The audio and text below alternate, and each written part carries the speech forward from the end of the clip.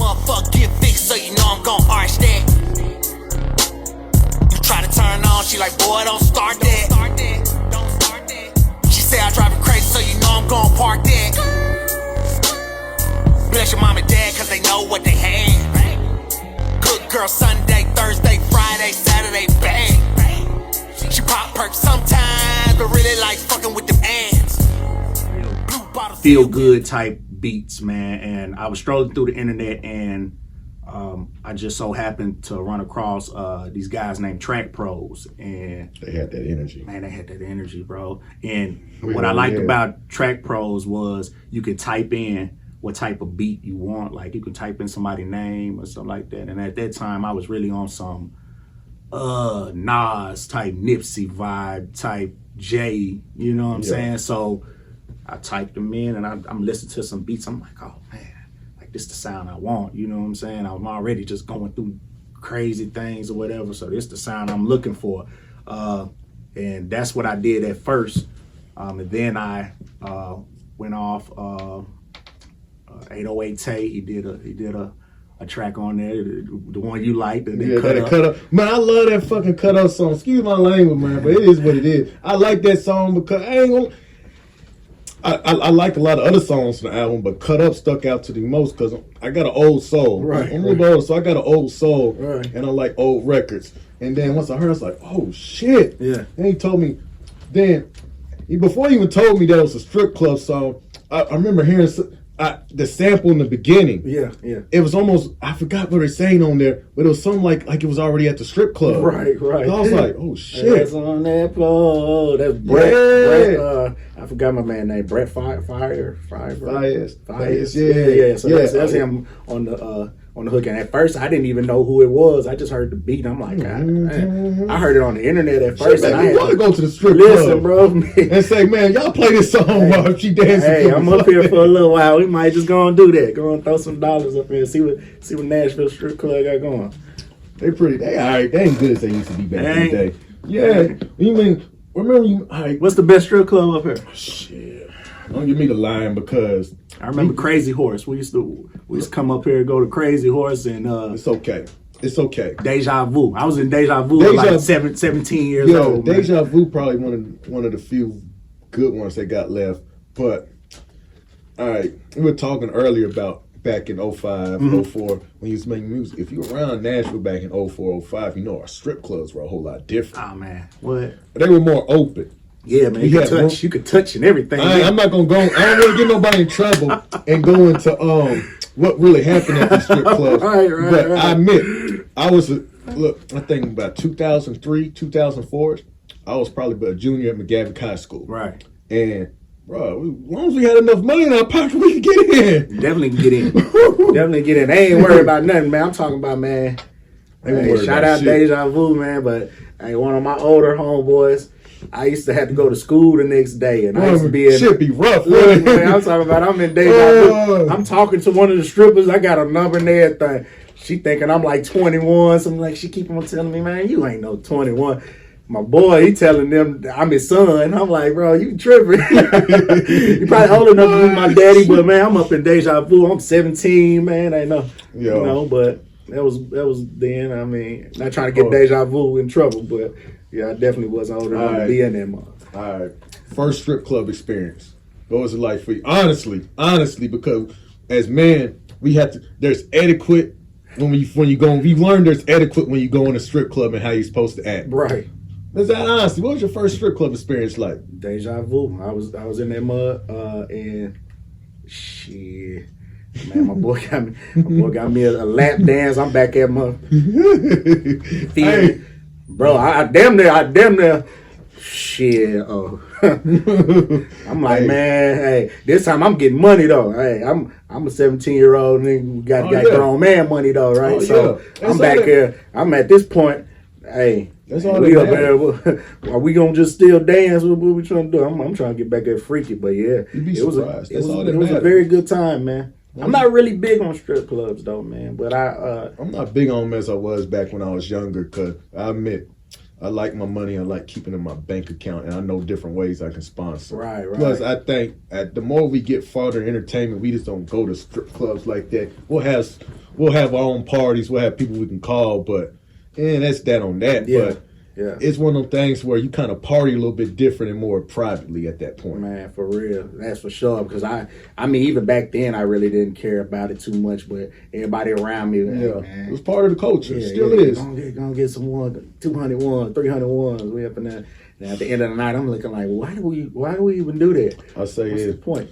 My man, look here. My first time that I actually went, I was 16 I years showed old. her to ask you too.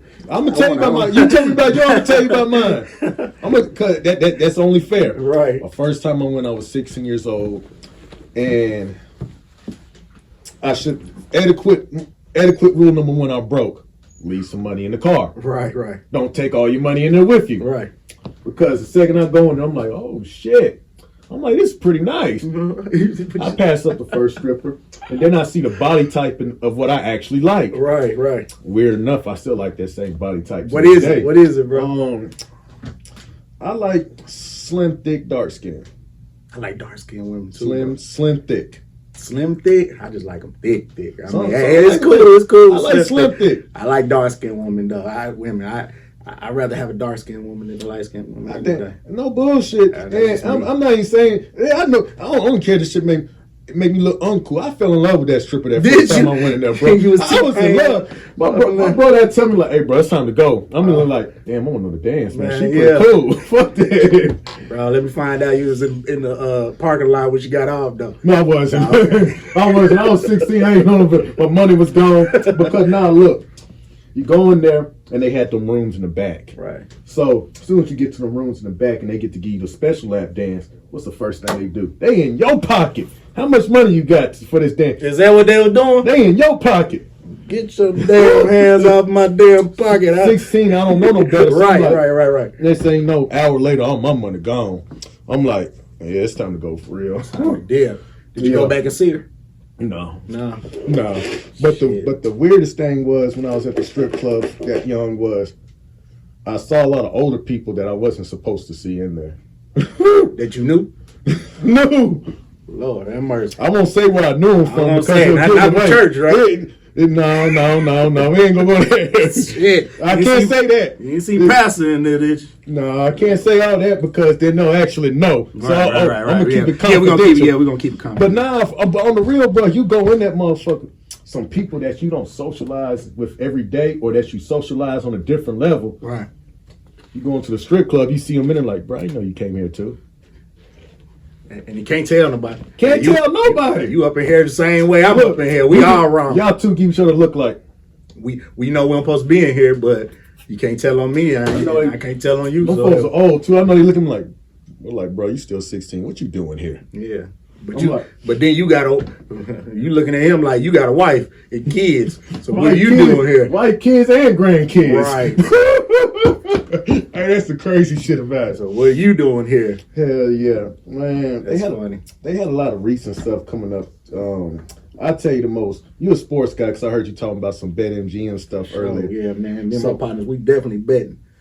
Man, did you hear those comments that the LeBron at the game interview that they did with LeBron James? He went 7 minutes talking about the game. Then that last minute, talk about they called it a rant, but that shit wasn't no rant. Talking about Jerry Jones. Yeah, he said. No, and I'm gonna be honest. I've been a Cowboy fan since I was younger because I like Deion Sanders, Michael Irvin. Prime time. I like what kid didn't grow up playing? I played football growing up, so what kid didn't like? Look, man, that's prime time right there. That's Irvin. Right. Them boys balling. Right. So who didn't like the Cowboys? I didn't. But I was 49ers fan. My dad was too. Yeah, you a 49ers fan. I was there. I mean, but it's go past it now. You know what I'm saying? But yeah, different time era. They for was for sure. Man, so he made the comments. He said, "Hey, y'all handling me about Kyrie's situation, right? But when Jerry Jones' situation came up, ain't nobody asked nobody about this. Nobody asking me nothing. And granted, we can say it happened a long time ago, and I heard a lot of players speak up for Jerry Jones, say it happened a long time ago. But then the question becomes, bro, he show you in the middle of desegregation, trying to not let people go to school, and you right there in the crowd. Yeah. So it makes you conscious, like, man, do I make the right decision so photos don't pop up of me one day? But then we live in a world to where anybody can dig up photos and social media and different types of stuff and put us on blast and say, oh, 20 years ago you did this. You did that. Now, I'm not saying Jerry Jones was right for that. But what I'm saying is, at some point, you have to hold the same level of accountability when these things occur in the sports world or entertainment world. Same way they made Kyrie. He had to pay money, jump through hoops and everything. I don't know if he back playing basketball again. Yeah, he back. He back. Yeah, he back. That's good. But they made him jump through hoops to do that. I did, man. And the difference is, he's a player. Jerry Jones is an owner. Way more power. And they say, but way more. Jerry Jones is way more powerful. But they criticize Kyrie because they say, oh, because of who you are and your platform, you're dangerous to us and you hold power. What about the owner? Yeah. He got more power than Kyrie. Yeah, for sure. That shit don't I make mean, no sense. money-wise, Money-wise. more power. I think Kyrie got more influence power. Power. But still, I mean, I really don't know too much about the book that Kyrie posted, but I heard it was more like Black Hebrews or something like that, and I don't know really what he was trying to go about with it. I don't know. Kyrie is a very self-conscious person when Right. it comes to a lot of that stuff, and Right. I applaud him for that. For sure. Did it happen the right way? Did it come out the right way? No. And I, even when it comes to the Jews, I say this too, because even Jon Stewart got on there and talked about the fact that every time something like this pops up in the media and they chastise somebody for it, you don't do no good. You chastise someone and make them pay all that money and do charity work, but then in return, what's on Google the next day, streaming or going viral? Yeah, Two words, the Jews. Bro. No matter what is positive or negative, if when you approach it in a way that says, no, you can't say that, no, you can't do that, and then it becomes the whole world is looking. Yeah. So then you just back someone in a corner of what they can and can't do. Does that make you the bully at that point? Oh, for sure. I mean, because it goes back to freedom of speech. I mean, I don't really see what wrong that man did, though. I mean, he reposted something that was already on the internet. It's not like he wrote it, you know. It's not like he because he's Kyrie. Because his I mean, position. but even what I seen earlier that Amazon's not even gonna take it down. Like, I mean, what anybody saying on Amazon about even having the book even up anyway? If it's so anti-Semitic or whatever they're saying, the like book sales probably went up. Oh, for sure. For sure. The book sales through the roof. And that book said, man, Amazon like take what down? What you said? Like, he ain't taking nothing down. We making a good percentage off this right appreciate it, Kyrie. Hey, that's what they looking like. They ain't really taking nothing down, man. But yeah, man, with the Jerry Jones situation, I'm not saying, man, Jerry Jones should be.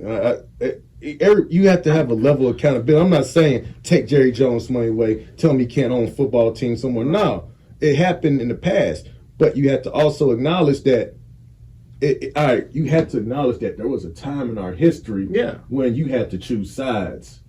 Well, I mean, back in that time, and Jerry, in that photo, you could tell everybody was racist then. You had to choose. Well, I feel like every white person was racist. I mean, you might have.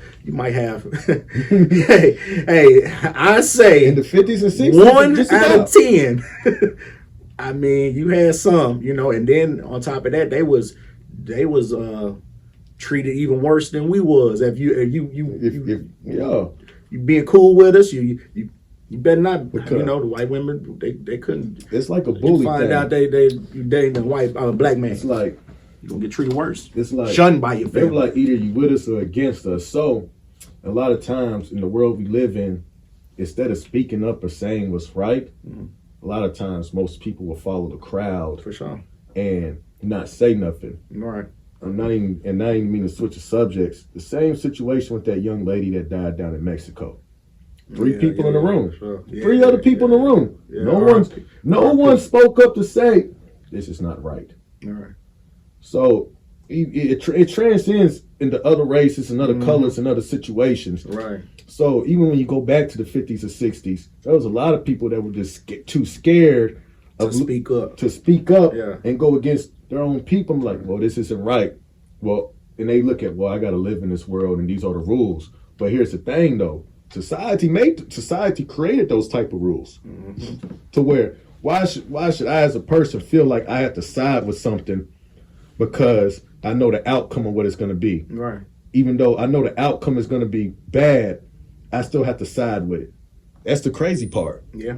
Yeah. I mean, bro, I definitely agree. I mean, it's just like when we was younger, that you seeing a kid get picked on in school, you know what I'm saying? You know that. You join in or do you say something and help him? I mean, sometimes it was.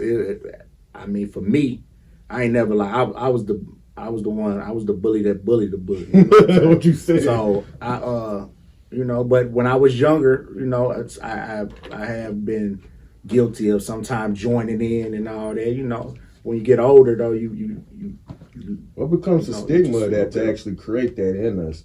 I feel like it's almost taught in our culture, because in our culture we seek so much to be accepted. Yeah, and that's what it is. I was just ready to say that. We seek acceptance so much that we forget the lines of right and wrong. Yeah. That, I was accepted. It's okay. Yeah, for sure. But it's not okay to that person that had to go through that. Nah, man. I still see people that I probably did wrong back in the day.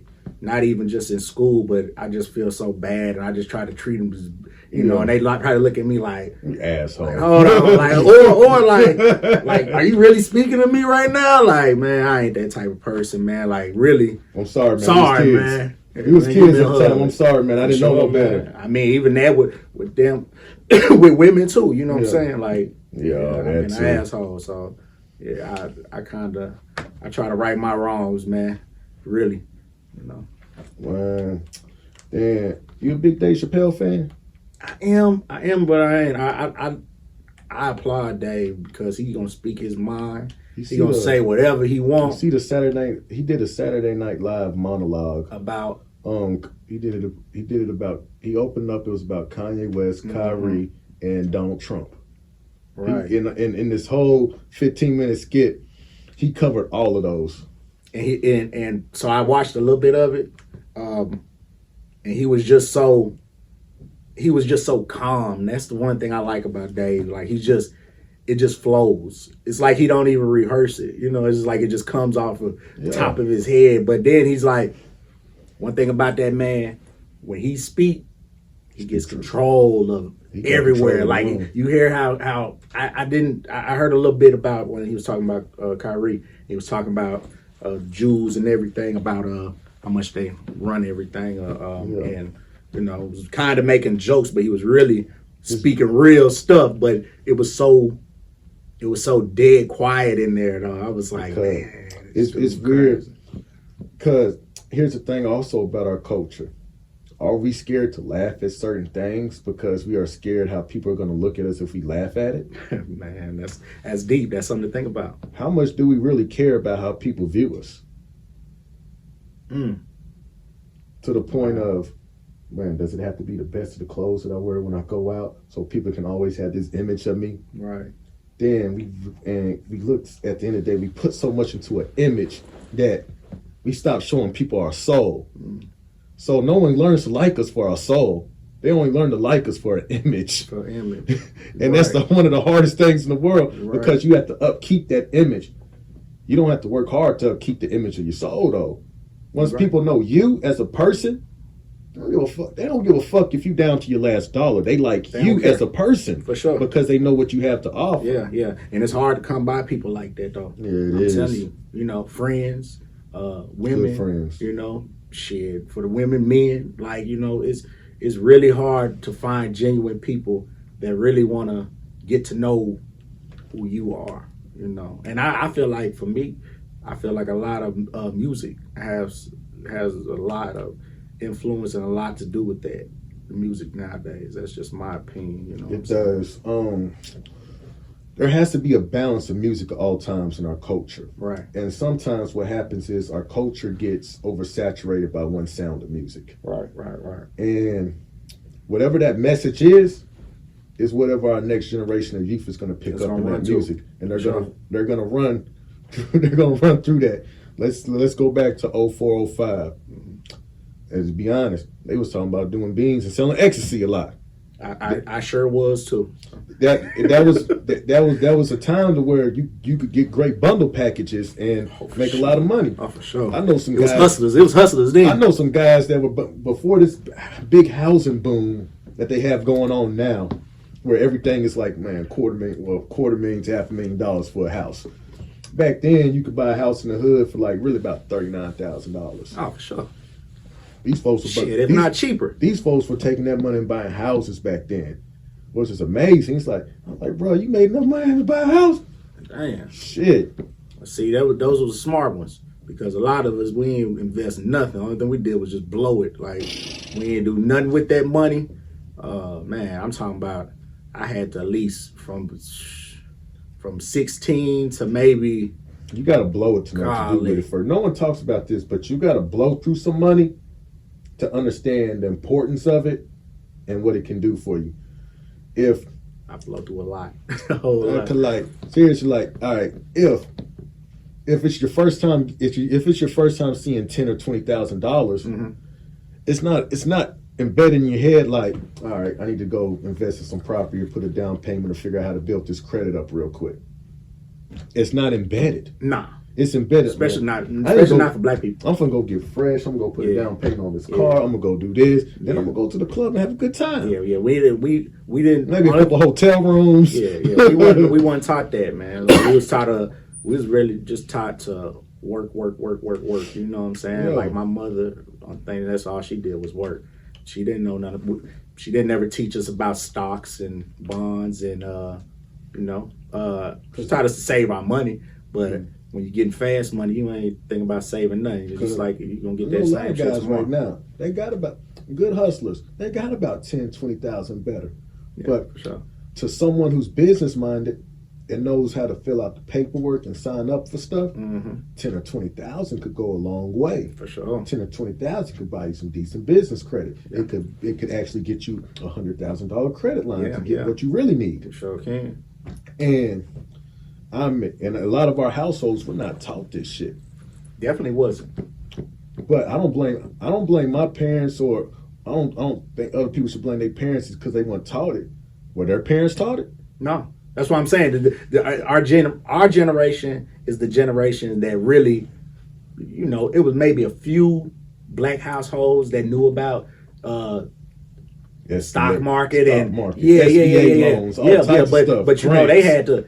I guarantee their parents knew something about it, but they might have never done it. But they put it in their head, and after what they did, that they probably had a nice little chunk of money that they can invest in. See, that was our problem, that our type of households didn't have the money to invest. You had to work and pay these bills. So you had no money to put in no damn stock market. You know what I'm saying? Paying bills was the first lesson I learned. Like, don't get me wrong, it's a good lesson, but while I was hustling back then, I had a job at McDonald's. Right. So McDonald's check went shit. I'm gonna be real with you. I went to work 3-4 days out the week, then stay that long. These weren't paying nothing, bro. No, not really. I went because I was working at an amusement park before that. All right. And then I walked up to McDonald's, get something to eat. They say, man, you want to work here? I'm like, hell yeah. They cut my hours down there. I still had money, was still having fun and stuff. How old was you? I was 17 at the time. All right. So you worked both jobs? Man, I quit the amusement park and I went to McDonald's to work. It was so fun because I'd take a backpack to McDonald's. I didn't have to look. I didn't do burgers, fries, none of that shit. I was one of the only males there, so I did maintenance.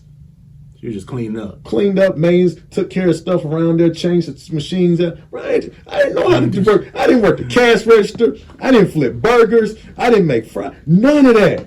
Wow. I had so it was a pretty chill situation. But the reality was, we was making all this money hustling, but at the end of the day, I go home, we were still don't put money in our household, even off hustling. Right. But the McDonald's check, I basically gave 80% of that away to my aunt because it was embedded that she's a single mother.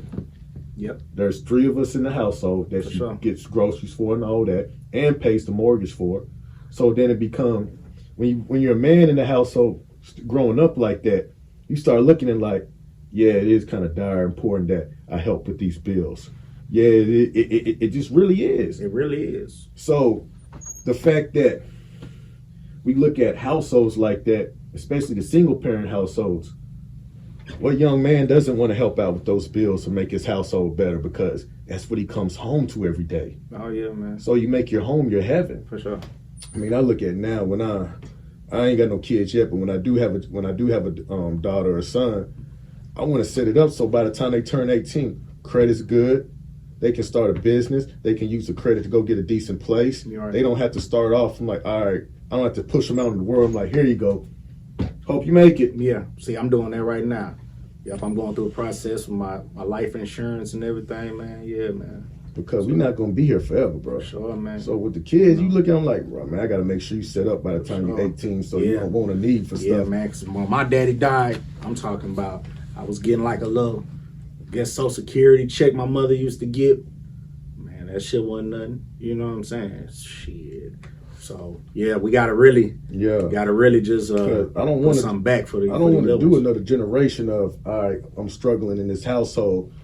And I look at my kids like, all right, y'all help out. Yeah. I don't want to look at them like that. Yeah, I want to look at them like, man, it's Christmas. I need to get y'all something good. Right. I need to make sure y'all set, because the day's going to come when I'm not going to be there no more. Right. And if I send them out there, the first thing they going to do is get in debt. For sure. Trying to keep up. Right. Yeah, you got to establish them, man. But then it goes back to what we were saying. Like, our parents didn't really, at least my mother did. You know what I'm saying? My mother did a hell of a job, though. Shout out to my mother. She did a hell of a job raising 3 boys. But she didn't, it wasn't like, let me put something in his name or, to build up his credit or anything like that. It was so bad. Yeah, we're going to put something in his name, but we got to put these lights in your name. Or and then you get older, you like, damn, my credit terrible. Like, what the hell? But our generation is more. Just we wasn't taught that. So. Our generation now is more conscious, because definitely more conscious. I seen women actually. I seen men and women do this. And this is the hack to life. Mm-hmm. You start a business, you make your child an employee of that business. Under that business. That's dope. I mean, and you know what? It don't matter if you pay them 100, 200, 300, whatever you pay them around the house to do something. Yeah. They're an employee of that business, whether they had to shuffle some paper or do something. And you know what you can do? Tax write-off. You can write them off on taxes. So since the age of 14 or 13, they had a job. So by the time they go in the world, you're helping them build their credit. Yep. They got employment history. Yep. So you got 2 choices. You can have them stay with you and build credit or have more money. Or they can go out in the world and say, hey, I'm ready to go out in the world. My credit's good. Mm-hmm. I got enough money saved up to where I can pay my bills and pay everything up for a year. Right. They're ready to go out in the world and be whatever they want to be. Right. Without the strings of financially something over their head all the time. Like, well, no, I got to work this job. I can't go do this because I'm not in that situation financially to make this work. Right. Because as creatives, artists, producers, anything in life, what you want to be, a lot of situations we can't be a part of because financially we might not be in the right spot. Someone could say, man, we need you to come here in 2 days. Financially, you can't afford to travel there. Yeah. And so you miss out on a whole lot of money. A nice bag. Yeah. And you know what? And the crazy thing is, that reminds me of something that Nas did. So I like Nas. Look, too. man, Nas basically since he been making music, well, I don't know if it's from the beginning. I don't want you to quote me wrong, but since the beginning, he been making music. He been putting his kids down. You're right. You're not wrong about that. You're right. Executive producer on that. His Daughter, bro. His daughter. Yeah, his daughter probably about 20 something now. Set for life. Set. Because she's an executive producer on that album that sold millions of copies. Yep. I think and don't, you know, I'm thinking it's Illmatic, and I think Illmatic is like the, you know what I'm saying, the top seller, and he put his daughter as executive producer. Like who thinks of that? That's so genius, you know what I'm saying? But then you got to think about it, it's Nas. Like it opened up the door. So say you got your albums, you got a daughter, a son, right? And you say, well, you know what? I'm gonna get you a PMI ass cap. Oh yeah, you know I'm definitely you're a songwriter. Ready to do that. I look at my son and daughter. You're a songwriter now. Right. Oh yeah. Yeah, I'm on there. I'm on there for real. When I heard that, hey, luckily I just heard it before the album dropped. I said, man, I was ready to put all 4 of mine on that mug. Like all of them helped me. Give them a check. Yeah. So, yeah. Yeah. So man, even when Nas did that, man, it was almost like it was unreal because a lot of artists weren't doing that at the time, man. Sure. No, I don't think nobody ever done that. Besides, well, now I guarantee everybody's doing it now. But at that time, who would have thought about that? That's just genius, man. It is, and it shows you the level of consciousness he was at early in his career to actually see. All right, man. You know, you listen to his music and he talked about it, but it's a difference to be about it and actually do it. Oh man. That makes us even more special. Hey man, that man drops a lot of jewels, man. For real. Yeah. You like that 21 Savage in him right now? You fucking with it. 21 Savage and Nas song. I ain't even heard it. You ain't heard it? Is it banging like that? Nah, it's banging. I like it, man. It's a nice little, I think it's called One Mic, One Gun or something like that. Oh shit. Pretty dope. Cause you know they was just going through a little thing that 21 said something. Oh, he said Nas is irrelevant. But here's the thing. I don't even think he even said it like that. I don't think he said here's the thing about our social media and our outlets like that. And I'm totally against it. So I only do it when I record these. Right. I'm not gonna take something somebody says and spin it away. Try to spin it. Even if I do it and not know I do it, I'm not gonna spin something in a way so someone can misinterpret it. Right. That shit. No, excuse my language. That shit is just stupid as having an argument with your wife or girlfriend or something because they don't understand what you said or how you said it. Right. And you sitting there trying to defend some shit, and then you looking back like, this shit ain't that important. Yeah. Shit. Yeah. And I think that's really why the man, I don't know who, I would think 21 reached out to Nas like, look, man. I didn't mean it like that. I didn't mean it like that. The interviewer ran a whole different direction with that shit. But it made it sound bad. Yeah, man. That was pretty good for hip hop, though. That was dope. Yeah. I mean, I listen to it. I like it. You know, I'm not, you know, I'm a big Nas fan. 21, I like some of his music, but the Night the Glad was pretty good. I like it. And understand where 21 Savage is coming from. The relevance he was speaking of was like a 17-year-old or a 16-year-old listens to Nas. It's not gonna happen. Nah, and he right about that. They might not even listen to 21 Savage like that at this point. Right. They want some little TJ and some other stuff. They want some of you little niggas I don't even know of. Bro. And I be seeing them at the gas station with these little niggas. I don't even know who they are. That's just not my lane, you know. So he was saying it like that, and he's absolutely right about that, you know. Because the music I listen to, they don't even listen to. Right. And I don't even make music for that crowd anyway. Not supposed to. I'm too grown. If you were to make music for that crowd, it's the equivalent to being in Hollywood and being 28 years old and playing a 17-year-old in a movie. Yeah. It's the equivalent to that. That sounds about right. So they're like, shave. Let's dye your hair so you look a little younger. Yeah. Let's do this. Next thing you know, you Disneyed out for about 10 years, old as hell. Right. Yeah, man. Even with this album, man, some of the features I got on there, I had a couple guys tell me, so why you get this? Why you get such and such? I'm like, cause man, you know, we like around the same age. You probably still got like the same fan base, like age limit. Yeah. They like, well, man, you could have got such and such. Like some little like 17-year-old or something like that. I'm looking like, nah, bro. I ain't know my songs talking about no Dracos and all that. You know, shout out to the little niggas because I show respect. I show respect them young bulls. But it's not for everybody. I'm past that era. You know what I'm saying? Bro, but I've been there, but I'm just not on that right now. So why would I do that? Why would I make a song with? Because you would look like a clown doing it. Because if it's not you, it's not you. Yeah. Everybody has their own lane. Right. You only shine your brightest when you're your own lane. The second you step outside that lane, and try to be something or somebody you're not, you don't shine as bright. Hell no, and you ain't even true to yourself. Like you're really just trying to go with the fad and stuff like that. So I'm not that type of person with music, or I ain't that type of person just in general. So I'm gonna always be myself, and I'm gonna do things that make me feel good. If it sells, it sells. If it don't, it don't. But at the end of the day, I'm true to myself, and I'm gonna be who I am, you know, and what music I like, and for my core fan base. And right now, you know, I definitely don't make no music for no kids. You know what I'm saying? If the kids rock with me, that's dope and all. That means they want to hear about making some money. They don't want to, you know what I'm saying? They want to get some jewels. Yeah. So I respect that, but yeah, I don't.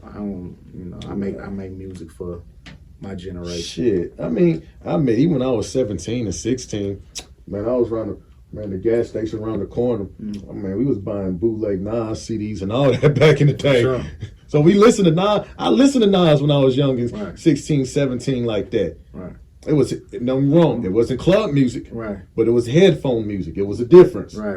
And you know what the crazy thing is? Like, I like the Nas flow and everything, but I ain't just getting in the car like, man, put that Nas on, bro. I mean, that ain't me. I'm a travel to the core. You know what I'm saying? Like, I got to do my background check. Like, I'm really, about that. But I'm a Jeezy fan, bro. Like, to the core. You know what I'm saying? Like, I kind of raised you gonna say. I felt like you was going there. Jeezy made some motivational music for us back in those years, bro. Hey, I'm still is to this day. To this day, that Snowfall. I love that Snowfall. Man, shout out to Jeezy. Shout out to Drum on that one too, man. Yeah, man. Them boys came with it on that though. But yeah, I'm from that era, man. That we was talking about. You was motivated to get it. Yeah. We talking about getting it. We really out there in them trenches and really playing that thug motivation and that trap or die and just really really getting that bag. You know what I'm saying? So I'm more. I like conscious music, especially now. But I mean, you still hear it in my shit. Though. I still spin trap or die and all that Air Force and all that stuff at the club and special mixes, man. Snow it's the hard, truth, man. You're not finna get around, man. Look, as a DJ, I know I got a certain crowd, and I look at the age of my crowd. So if the age of my crowd is me or a little bit older, I know I can spin some old school Jeezy. Yeah. You better not play no little such and such. They're gonna look around. Who the fuck is this? No, because the job us came from, we got interns there, and they're 16, 17, 15. Right. So the music they play from, I listen to it. Still check it out. I check out the young generation. Like, hey, bro, listen to this. Which them like, some of them dope. But you're right, though. I can't play that at the club. Yeah, you can't play it. When my crowd is 30 and up. Exactly. They're going to look like, bro, what are you doing? Quit playing with us. Right. That's just like, it's vice versa. You can't be at no 18 and be playing some Air Forces and trap. But they'd be like, bro, what is this? Bro. They want to hear the remix version that they know someone did a remix to. Somebody spent it. Like, nah, you can't do that. So it all balance out, man. Shout out to the young rappers out here, man. I like a few of them, you know what I'm saying? But yeah, I mean, I'm just, it's just not my era. It's not my thing. But hey, show getting that money though. Hell yeah, man. You finna do a performance today because we also do an unplugged. We also do unplugged along with this interview. Word. Now, you told me when you wanted to do a freestyle. Yeah. Are you also gonna do one of the songs you have on the album, 808 Therapy? Also. Therapy 808. Therapy 808. Yeah. I think the freestyle is gonna kill it all. I want everybody to go and cop that Therapy 808. Got to. Go get it. If you don't know, it's him. It's his face. It's when he was younger. It's him smiling like he knew all this was gonna come in fruition. I already knew. I ain't gonna lie. But then I have that new single out right now. Show You Off for the ladies. For the real trap niggas that love their ladies. You know. Hey man. But if you want me to perform one, bro, I will. I mean, but. I think the freestyle gonna just kill it all. We'll rock with the freestyle then. You got some You got some little mix going with it? We got you. We're gonna take good care of you. Okay. We're gonna see what it do then.